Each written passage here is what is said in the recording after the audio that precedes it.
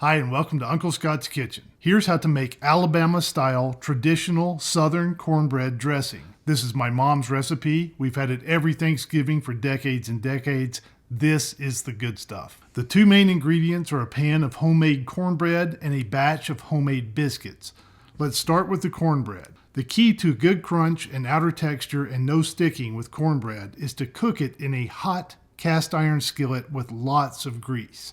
I like using my trusty Lodge pan, but any good heavy cast iron will do. Set your oven to 450 degrees and go ahead and stick the pan in and let it preheat as well. In my oven, half an hour or so of preheating works very well. Now let's make the batter. We want Southern style cornbread, which means no sugar, no honey, no sweet corn muffin mixes here. For ingredients, you need 2 cups of self-rising cornmeal. Now self-rising is easy to find in the South, more difficult in other areas. If you can't find it where you live, don't worry. You can easily create your own, which is what I'm doing here since I'm out west these days. Simply use 1 3/4 cups of regular cornmeal and add 6 tablespoons of all-purpose flour, 2 tablespoons of baking powder, and a half a teaspoon of salt. Put all that in a mixing bowl and combine it well. Easy. Next, beat and add 2 eggs and 2 cups of buttermilk. Mix thoroughly with a whisk until smooth, and that's it for the batter. Now this next part is the key to a nice cornbread crust. We need 4 tablespoons of Crisco shortening, which we're going to melt in our preheated, now screaming hot cast iron skillet. I like to pull the oven rack out and spread the glob of Crisco around with a wooden spoon, importantly making sure to get some up the sides of the skillet. If you're coordinated and careful, you can use a mitt and pick up the pan and swirl it around, but you just don't want to slosh searing hot oil out onto your foot if you cook barefoot. Don't ask me how I know. So I get everything coated, then back in and shut the oven door for maybe a half a minute or so just to ensure that the oil is very hot. The Crisco will heat pretty quickly. Now we want to pour about half of that melted Crisco into the batter and leave about half in the pan so that the pan stays very well greased. So here we go. I carefully pour half the hot melted Crisco into the batter and quickly stir to mix the hot oil throughout the batter. Now take that batter and pour it into the screaming hot cast iron skillet. You should be able to hear it sizzle when it hits the hot pan.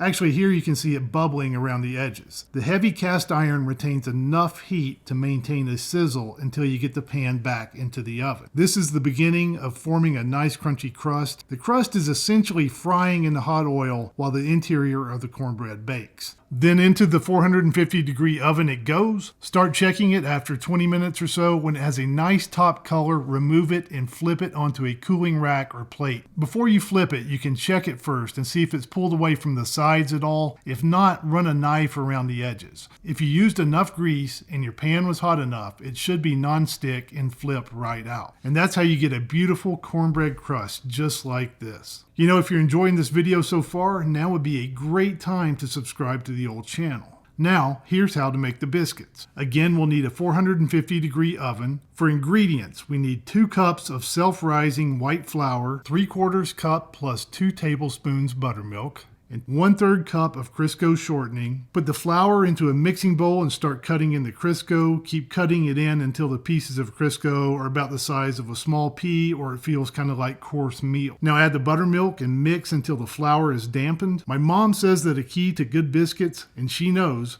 is to handle the dough as little as possible. So you want to get everything combined, but absolutely do not knead this like a pizza dough. Next, turn the dough out onto a floured work surface. Press it out to half an inch or so thick, then cut out your biscuits and place them on an ungreased baking sheet, then into the 450 degree oven for 8 to 10 minutes. These look pretty good. Of course, there are a couple of funny looking ones, but that's okay. I'm kind of funny looking too. So with our pan of cornbread and our biscuits baked, now let's make the dressing. Set your oven to 350. For ingredients, we need 1 decent sized onion chopped. I used white, you could use yellow if you wanted. 3 ribs of celery split lengthwise, then sliced 1/4 or so inch thick. 1/4 teaspoon dried sage, 1 teaspoon baking powder, 4 cans of Swanson chicken broth. Why Swanson? Because that's what my mom uses and she's been using it for decades. 3 slices of white loaf bread, 3 eggs, and of course the pan of cornbread and biscuits we just made. Now here there, I admit that I gave in to temptation and couldn't resist a pan of hot cornbread and went ahead and ate a slice, but you shouldn't do that. Then again, these things happen. Now find a big mixing bowl, add the onion and celery, crumble up the cornbread and biscuits and add them. No huge chunks here. Tear apart the slices of bread and add those as well. Sprinkle around your sage and baking powder. A teaspoon of salt and pepper are good here too. If you want, you can add more to taste later. Now stir everything until it is all mixed well. Now crack and beat your 3 eggs until smooth. And I note here that with the 2 eggs in the cornbread, interestingly, there will be a total of 5 eggs in this dressing. Maybe we should call it egg dressing.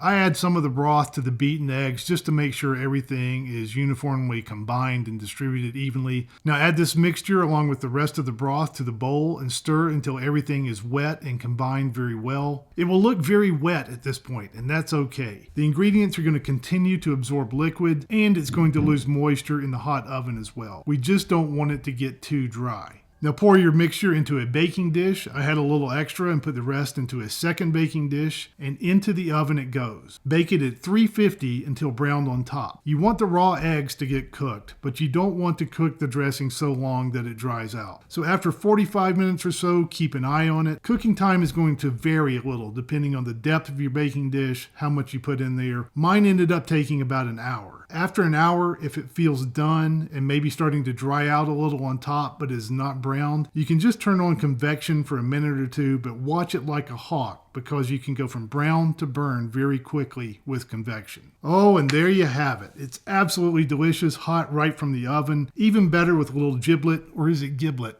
Gravy. Absolutely delicious. Give it a try and let me know what you think. Hope you enjoyed this video and that you and your family have a safe and happy Thanksgiving. Remember to subscribe to the old channel, and for more tasty recipes, kitchen reviews, and fun stuff, check out Uncle Scott's Kitchen on YouTube or visit us at unclescottskitchen.com.